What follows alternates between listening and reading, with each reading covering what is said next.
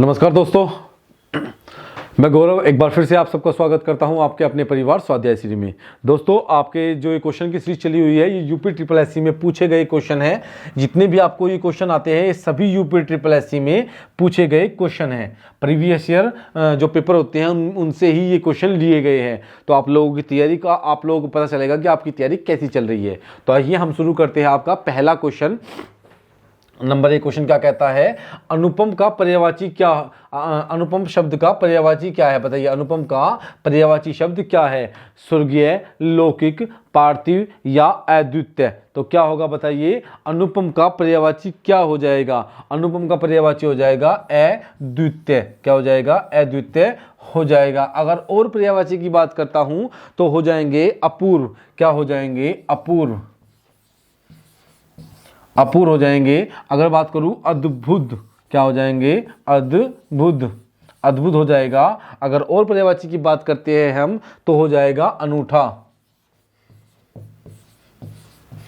क्या हो जाएगा? अनूठा हो जाएगा। तो अनुपम का पर्यायवाची क्या है? अद्वितीय, अनूठा, अपूर्व या अद्भुत। तो क्या हो जाएगा? ऑप्शन नंबर डी इसका राइट आंसर हो जाएगा। क्वेश्चन नंबर 2 को देखते हैं। क्वेश्चन नंबर 2 क्या कहता है? कौन सा शब्द असुर का पर्यायवाची नहीं है? इनमें से असुर का पर्यायवाची कौन सा नहीं है? बताइए, इनमें से असुर का पर्यायवाची कौन सा नहीं है? ऑप्शन नंबर ए यातुधान, सुरारी, तमीचर या इनमें से कोई नहीं। तो बताइए, इनमें से कौन सा आपका असुर का पर्यायवाची नहीं है? ऑप्शन नंबर ए, बी, सी या फिर डी। तो ये सभी आपके असुर के पर्यायवाची है। क्या है? ये सभी आपके असुर के पर्यायवाची है। ऑप्शन नंबर डी, इनमें से कोई नहीं। क्या होगा आपका right answer? Option number D हो जाएगा, इनमें से कोई नहीं। क्या हो जाएगा? इनमें से कोई नहीं आपकी, क्योंकि ये सभी आपके किसके हैं? आपके असुर के पर्यायवाची है। असुर को बोलते हैं क्या? दैत्य, दानव, निशाचर, रजनीचर, तमचर, यातुधान, सुरारी, इंद्रारी, देवरारी। ठीक है ना? ये किसे बोलते हैं आपके? ये बोलते हैं आपके असुर को। क्या? असुर के पर्यायवाची है। अब बात करते हैं क्वेश्चन नंबर 3 की। इनमें से अज्ञ का पर्यायवाची शब्द नहीं है। बताइए, इनमें से अज्ञ का पर्यायवाची शब्द नहीं है। ऑप्शन नंबर ए विज्ञ, आपका अनभिज्ञ, मूर्ख या मूढ़। तो क्या होगा आपका अज्ञ का पर्यायवाची इनमें से कौन सा नहीं है? विज्ञ, अनभिज्ञ, मूर्ख, मूढ़। तो क्या होगा? ऑप्शन नंबर ए, बी, सी या डी। तो ऑप्शन नंबर ए इसका राइट आंसर क्या हो जाएगा? विज्ञ। क्या है? अज्ञ का पर्यायवाची क्या नहीं है? विज्ञ नहीं है। Option number A. Question number 4 की बात करते हैं। अनाहूत का विलोम क्या हो जाएगा? अनाहूत का विलोम क्या हो जाएगा? बताइए, ऑप्शन नंबर ए है आपका आहूत, पराभव, प्रस्थान, अतिथि। अतिथि होगा ये। क्या होगा? अतिथि होगा। क्या होगा? अतिथि। अतिथि अर्थात जिसके आने की तिथि ना मालूम हो। तो ऑप्शन नंबर ए आहूत, आहूत, पराभव, प्रस्थान, अतिथि। तो आपका किसका विलोम हो जाएगा? अनाहूत, जिसे बुलाया न गया हो। और इसका विलोम क्या हो जाएगा? आहूत हो जाएगा। क्या? जिसे बुलाया गया हो। क्या किया गया हो? जिसे बुलाया गया हो। तो ऑप्शन नंबर ए 4 का राइट आंसर हो जाएगा। अवर का विलोम क्या होगा? अवर का विलोम क्या हो जाएगा? तो अवर का विलोम क्या हो जाएगा? लघु, परवर, सुवर, कनिष्ठ। तो क्या हो जाएगा? ए, बी, सी या फिर डी? तो आंसर दीजिए, क्या होगा? तो आंसर होगा आपका परवर। क्या होगा? अवर का विलोम क्या हो जाएगा? परवर हो जाएगा। तो ऑप्शन नंबर बी 5 का राइट आंसर हो जाएगा। छठे की बात करते हैं। क्वेश्चन नंबर 6 कहता है अकाल का विलोम क्या होगा? बताइए, अकाल का विलोम क्या होगा? दीर्घकाल, सुकाल, वर्तमान या निवर्तमान। क्या? निवर्तमान। तो क्या होगा? अकाल का विलोम क्या हो जाएगा? बताइए कि अकाल का विलोम इनमें से क्या होगा? ऑप्शन नंबर ए, बी, सी या डी। क्या होगा अकाल का विलोम? अकाल का विलोम होगा सुकाल, अर्थात अच्छा समय। क्या होगा? अच्छा समय। अकाल जब बुरा समय आया हुआ हो, सुकाल अच्छा समय। पुरुषवाचक सर्वनाम के कितने भेद है बताइए? पहले बताइए मुझे सर्वनाम के कितने भेद होते हैं बताइए? आप बताइए इसका आंसर। 3, 2, 4, 7 कौन सा है? अब मैं बताता हूं आपको सर्वनाम के कितने भेद हैं। सर्वनाम के कितने भेद हैं? सर्वनाम के 6 भेद होते हैं। और कौन कौन से होते हैं ये सभी जानने के लिए आपको फुल डिटेल में पढ़ने के लिए आपको लेनी होगी सुबह 9 बजे वाली क्लास, जिसमें हमने सर्वनाम को खत्म कर लिया है और हमारा टॉपिक चला हुआ है विशेषण। क्या चला हुआ है? विशेषण चला हुआ है। आपकी सुबह 6 बजे करंट अफेयर क्लास होती है जो आपको रोज डेली लेनी है। मैडम बहुत अच्छे से करा रही है, आपको बहुत अच्छे से बहुत सरल लैंग्वेज में मैडम पढ़ाती है। सबसे बड़ी बात होती है कि वो स्टैटिक जीके को साथ साथ लेकर चल रही है। स्टैटिक जीके के मैडम क्वेश्चन कराती है कितने? आपको कितने कराती है? 30 plus question madam static GK के रोज कराती है। तो सोचिए हर रोज 30 क्वेश्चन की गुणा कर लीजिए, महीने में कितने होंगे? और वो रिवीजन क्लास होती है एक तरह से आप लोगों के लिए। ठीक है, तो सुबह 6 बजे मैडम की करंट अफेयर क्लास डेली लेनी है, आपको रोज आना है, रोज क्लास लेनी है। और सुबह 8 बजे ही मैडम की किसकी? बायोलॉजी की क्लास होती है। बहुत सरल लैंग्वेज में मैडम आपको पढ़ाती है। और सुबह 9 बजे हिंदी क्लास होती है थ्योरी की। ठीक है, और अगर बात करूं मैं शाम को 8 बजे होती है आपकी किसकी होती है? शाम को 8 बजे होती है आपकी यूपी ट्रिपल एससी में आए हुए सभी क्वेश्चन की क्लास। ठीक है ना? तो आइए शुरू करते हैं। आपका सर्वनाम के कितने भेद है? 6 भेद है। और उन सबकी डिटेल जानने के लिए आपको जाना होगा थ्योरी की क्लास में। ठीक है, तो पुरुषवाचक सर्वनाम की बात करता हूं तो पुरुषवाचक सर्वनाम का एक भाग है। तो पुरुषवाचक सर्वनाम के कितने भेद है? 3 भेद है। कौन कौन से? नंबर 1 पर है उत्तम पुरुष। क्या है? उत्तम पुरुष। नंबर 2 पर होगा आपका मध्यम पुरुष। और नंबर 3 पर आपका क्या हो जाएगा? अन्य पुरुष हो जाएगा। क्या हो जाएगा? अन्य पुरुष हो जाएगा। उत्तम पुरुष, मध्यम पुरुष और अन्य पुरुष। तो ऑप्शन नंबर ए 7वें का राइट आंसर हो जाएगा। 8वां क्वेश्चन क्या कहता है? 8वां क्वेश्चन क्या कहता है? 8वां क्वेश्चन कहता है क्या आप घर भी जाएंगे? क्या आप घर भी जाएंगे? इस वाक्य में क्या आप घर भी जाएंगे, इसमें रेखांकित पद क्या है बताइए? संज्ञा है, विशेषण है, सर्वनाम है या क्रिया है? क्या है आपका? संज्ञा है, सर्वनाम है, विशेषण है या फिर क्रिया है? यह जो आप है यह क्या है? यह आपका सर्वनाम है। क्या है? ऑप्शन नंबर सी सर्वनाम। और सर्वनाम में भी क्या है? निजवाचक सर्वनाम। क्या? निजवाचक सर्वनाम है। अगर हम किसी दूसरे व्यक्ति के लिए, किसके लिए? दूसरे व्यक्ति के लिए। क्या? दूसरे व्यक्ति के लिए आप का प्रयोग करते हैं। किसका? आप शब्द का प्रयोग करते हैं। तो वहां पे क्या होता है आपका? क्या होता है? आदर के लिए। तो क्या होता है वहां पर? मध्यम पुरुष सर्वनाम हो जाएगा। क्या हो जाएगा? मध्यम पुरुष सर्वनाम हो जाता है। ठीक है ना? तो राइट आंसर क्या हो जाएगा? सर्वनाम का यह एक उदाहरण है। ठीक है ना? क्वेश्चन नंबर 9 क्या कहता है? 9 कहता है वह बहुत अच्छा लड़का है। वह कौन सा सर्वनाम है बताइए? वह कौन सा सर्वनाम है? इसमें जो वह है वह कौन सा सर्वनाम है? निश्चयवाचक, अनिश्चयवाचक, संबंधवाचक या निजवाचक? वह बहुत अच्छा लड़का है, इसमें वह कौन सा सर्वनाम है? वह, तो वह है निश्चयवाचक सर्वनाम। क्या? ऑप्शन नंबर ए इसका राइट आंसर क्या हो जाएगा? ऑप्शन नंबर ए होगा। क्या होगा? ऑप्शन नंबर ए इसका राइट आंसर हो जाएगा। क्वेश्चन नंबर 10 की बात करते हैं। 10वां क्वेश्चन क्या कहता है? माँ ने बाजार से कपड़ा खरीदा। माँ ने बाजार से कपड़ा खरीदा। रेखांकित शब्द में कौन सा कारक है? रेखांकित शब्द का कारक बताइए। रेखांकित शब्द का कारक बताइए। कपड़ा। माँ ने बाजार से कपड़ा खरीदा। क्या किया? कपड़ा खरीदा। तो रेखांकित शब्द का कारक बताइए। कर्ता, करण, कर्म या अधिकरण? तो ऑप्शन नंबर ए, बी, सी या फिर डी। तो क्या होगा इसमें? कर्म कारक होगा। क्या होगा? कर्ता ने कर्म को, कौन सा कारक होगा इसमें? कर्म कारक होगा। कौन सा? कर्म कारक इसमें हो जाएगा। ठीक है ना? जो कपड़ा है इसमें क्या हो जाएगा? कर्म कारक हो जाएगा। अब बात करते हैं को से किस कारक चिन्ह का बोध होता है। भाई जो को है इससे किस कारक चिन्ह का हमें बोध होता है? ऑप्शन नंबर ए, बी, सी या फिर डी। क्या होगा आपका राइट आंसर बताइए? ऑप्शन नंबर ए, बी, सी या फिर डी।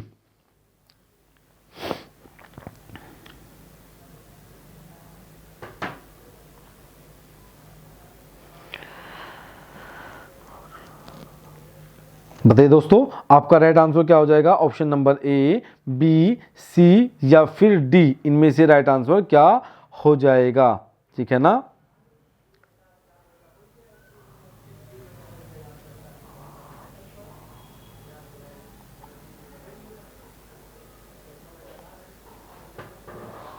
ठीक है ना, क्या हो जाएगा आपका? क्या हो जाएगा? को, सॉरी कुछ काम था बहुत जरूरी, कुछ दिक्कत थी इसलिए थोड़ा सा है ना, ठीक है, सॉरी आप लोग समझ सकते हो थोड़ा सा, ठीक है ना। तो कर्ता ने कर्म को करण से संप्रदान को के लिए, देखिए कर्ता ने कर्म को करण से के द्वारा संप्रदान को के लिए कर्ता ने कर्म को करण से संप्रदान को के लिए, ठीक है ना। और आपका अधिकरण में पर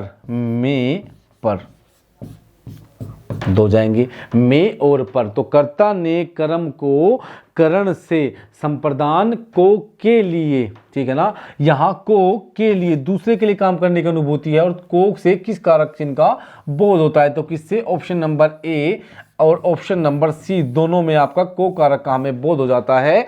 कर्ता ने कर्म को करण से संप्रदान को के लिए, क्या होता है? संप्रदान को के लिए। दोनों ए और बी, ए और सी दोनों राइट आंसर हो जाएंगे। अब बात करते हैं द्विकर्मक वाक्य में कर्म कार्य विभक्ति को किस पद के साथ प्रयुक्त होती है? बताइए, आपका क्वेश्चन क्या कहता है, मैं दोबारा आपके लिए पढ़ देता हूं।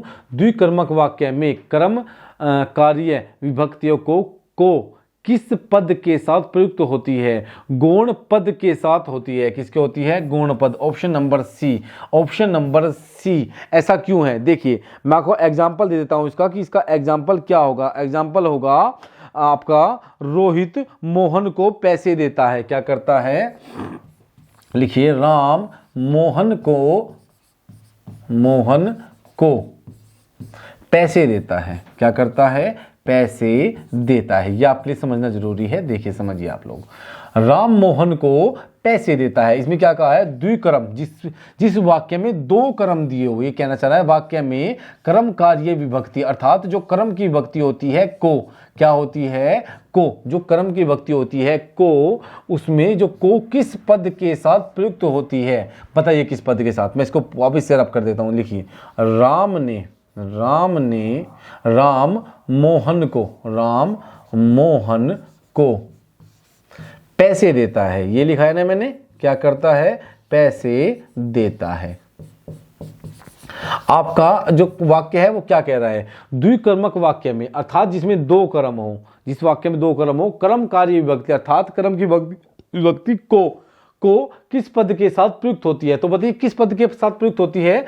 मैंने कहा है ऑप्शन नंबर सी, गौण कर्म पद के साथ। देखिए, राम ने मोहन को पैसे देता है, राम मोहन को पैसे देता है, को व्यक्ति आ गई किसके साथ? मोहन के साथ। ठीक है, पैसे देता है। एक कर्म तो आपका पैसे और एक है मोहन, लेकिन इसमें मुख्य कर्म है पैसे और मोहन है गौण कर्म। कैसा? गौण कर्म। तो को व्यक्ति किस कर्म के साथ आई है? द्विकर्मक वाक्य में गौण कर्म के साथ। किसके? गौण कर्म के साथ। तो गौण पद कर्म पद के साथ आती है। तो ऑप्शन नंबर सी समझ में आया? ऑप्शन नंबर सी इसका राइट आंसर हो जाएगा। सेवा सत्कार से आदर बढ़ता है वाक्य में कारक है। सेवा सत्कार से आदर बढ़ता है। सेवा सत्कार से आदर बढ़ता है वाक्य में कौन सा कारक है? कर्म, करण, अधिकरण और संप्रदान। क्या होगा? करण आपका कर्म, करण, करक, क्या हो जाएगा? करण, कर्म हो जाएगा। ये करण,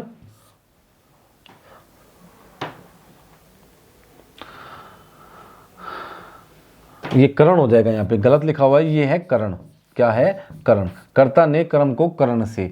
तो सेवा सत्कार से आदर बढ़ता है। तो ऑप्शन नंबर बी इसका राइट आंसर क्या हो जाएगा? ऑप्शन नंबर बी, करण कारक।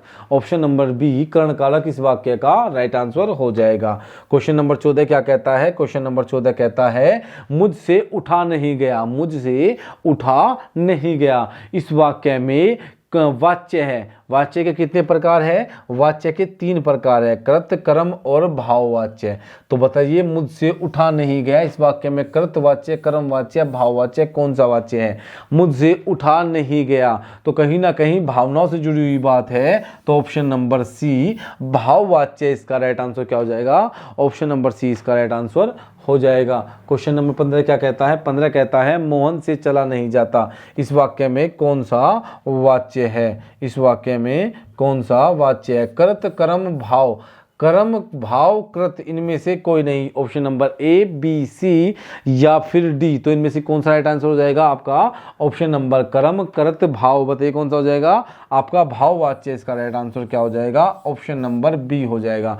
मोहन से चला नहीं जाता, क्या होता है? मोहन से चला नहीं जाता, तो क्या हो जाएगा? भाववाच्य इसका सही आंसर हो जाएगा। इन सभी की डिटेल जानने के लिए आपको अच्छे से क्लास लेनी होगी सुबह 9 बजे की, वहाँ पे आपको थ्योरी क्लास मिलती है और मेरे पास सिर्फ 30 मिनट होती है। अगर मैं बहुत ज़्यादा डिटेल में जाऊँगा तो 30 मिनट में 30 क्वेश्चन नहीं करवा पाऊँगा, इसलिए मेरी मजबूरी होती है मैं आपको थ्योरी में बहुत बेस्ट कराने की कोशिश करता हूँ ताकि आपको दिक्कत ना हो, और यहाँ पर भी आपको अच्छे क्वेश्चन लाए जाते हैं ताकि आपको अपनी तैयारी का पता चल सके। निम्न में से भाववाच्य बताइए निम्न में से भाववाच्य की पहचान करिए। तुम फूल तोड़ोगे, अब चला जाए, बच्चे खेल रहे हैं, पुस्तकें लिखी जाएगी, क्या होगा? पुस्तकें लिखी जाएगी। तो ए, बी, सी, डी कौन सा राइट आंसर हो जाएगा? ऑप्शन नंबर बी अब चला जाए, क्या? अब चला जाए, तो ऑप्शन नंबर बी इसका राइट आंसर क्या हो जाएगा? अब चला जाए।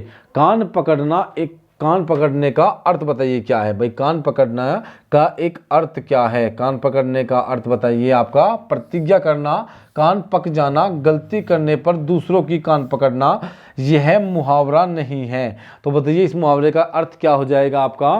कान पकड़ने का क्या अर्थ होता है? तो क्या अर्थ होता है? प्रतिज्ञा करना। क्या होता है? ऑप्शन नंबर ए प्रतिज्ञा करना, अर्थात एक गलती होने पर मैं कान पकड़ता हूं कि दूसरी गलती नहीं करूंगा, संकल्प लेता हूं, तो कान पकड़ने का अर्थ क्या होता है? प्रतिज्ञा करना। ऑप्शन नंबर क्वेश्चन नंबर 18, कोयले की दलाली में हाथ काले का अर्थ है। कोयले की दलाली में हाथ काले, बताइए कोयले की दलाली में हाथ काले इसका अर्थ क्या है? कोयले की दलाली में हाथ काले इसका अर्थ क्या है? इस मुहावरे का बताइए।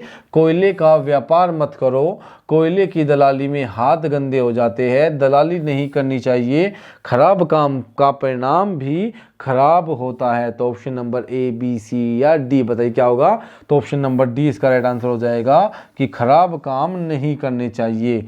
ठीक है ना? खराब काम का परिणाम खराब होता है। क्या होता है? खराब काम का परिणाम खराब होता है। तो ऑप्शन नंबर डी 18वें का राइट आंसर हो जाएगा। कमर टूटने के मुहावरे का क्या अर्थ है? बताइए कमर टूटना, इस मुहावरे का क्या अर्थ है? कमर टूटना, निराश होना, जीत जाना, कमर टूट जाना, चोट लगना। तो ए, बी, सी या फिर डी, इनमें से राइट आंसर आपका क्या हो जाएगा? बताइए। तो राइट आंसर होगा आपका निराश होना। कमर टूटने का क्या अर्थ है? निराश होना। क्या है? निराश होना कमर टूटने का अर्थ होता है। 19वें क्वेश्चन की बात करते हैं। शास्त्र प्रवीण महाविद्यालय में पीताम्बर धारण करने आते इस वाक्य में तत्पुरुष समास का कौन सा पद है? किस पद में तत्पुरुष समास दिया गया है? आपका किस में दिया गया है? आपका तत्पुरुष समास किस में दिया गया है? शास्त्र प्रवीण महाविद्यालय में पीताम्बर धारण करने आते हैं, इस वाक्य में तत्पुरुष समास का कौन सा पद है? शास्त्र प्रवीण महाविद्यालय पीताम्बर धारण करने। तो ऑप्शन नंबर ए, बी, सी या डी राइट आंसर क्या हो जाएगा? ऑप्शन नंबर ए शास्त्र प्रवीण। क्या? शास्त्र में प्रवीण अर्थात शास्त्र प्रवीण। तो ऑप्शन नंबर ए शास्त्र प्रवीण आपका तत्पुरुष का एक शब्द हो जाएगा। सद्गति शब्द में समास है, बताइए सद्गति शब्द में कौन सा समास है? आपका क्या है? तत्पुरुष, कर्मधारय, अव्ययभाव या द्विगु। तो बताइए आपका 21वीं का राइट आंसर क्या हो जाएगा? आपका क्या हो जाएगा? कर्मधारय। सद्गति में समास कौन सा है? सद्गति में समास है आपका कौन सा? कर्मधारय। क्या है? कर्मधारय। अब बात करते हैं मनमाना में कौन सा समास है, बताइए मनमाना में कौन सा समास है। ऑप्शन नंबर ए अव्ययीभाव, कर्मधारय, तत्पुरुष या बहुब्रीहि। तो बताइए क्या होगा आपका कर्म मनमाना में समास क्या हो जाएगा आपका, बताइए मनमाना में कौन सा समास हो जाएगा आपका? तत्पुरुष समास हो जाएगा। क्या? तत्पुरुष समास मनमाना में समास हो जाएगा। क्वेश्चन नंबर 23 को देखते हैं। निम्न में से कौन सा शब्द कर्मधारय समास का उदाहरण है, बताइए कर्मधारय समास का इनमें से एक उदाहरण आपको पहचानना है। राजकुमार, पीताम्बर, कला श्रेष्ठ या गृह प्रवेश। देखिए राजकुमार राजा का कुमार, पीताम्बर पीत है अंबर जिसके, अर्थात कौन? भगवान विष्णु जी। कला श्रेष्ठ अर्थात कला में श्रेष्ठ, ठीक है ना। गृह प्रवेश, गृह में प्रवेश, कला में श्रेष्ठ, अर्थात इसकी विशेषता क्या है कि ये कला में श्रेष्ठ है। तो ऑप्शन नंबर सी आपका क्या हो जाएगा? राइट आंसर हो जाएगा। ऑप्शन नंबर सी इसका राइट आंसर हो जाएगा। क्या हो जाएगा? ऑप्शन नंबर सी इसका राइट आंसर हो जाएगा। कला श्रेष्ठ नहीं होगा यार, सॉरी कला श्रेष्ठ नहीं होगा क्योंकि कला में श्रेष्ठ हो जाएगा। ये तो क्या हो जाएगा? कला में श्रेष्ठ हो जाएगा। कला में श्रेष्ठ, तो कला में श्रेष्ठ तो गलत हो जाएगा, कला में तो अधिकरण हो जाएगा। राजा का कुमार हो जाएगा, कर्ता ने कर्म को करण से अधिक संबंध का की अधिक, गृह प्रवेश, गृह में प्रवेश क्या होगा? गृह प्रवेश, गृह में प्रवेश, लेविनी हो जाएगा। पीताम्बर होगा, क्या होगा इसका right answer? Option number B पीताम्बर होगा, क्योंकि पीत है अंबर जिसका, कह सकते हैं भगवान विष्णु जी, लेकिन इसका एक अर्थ होता है पीताम्बर का।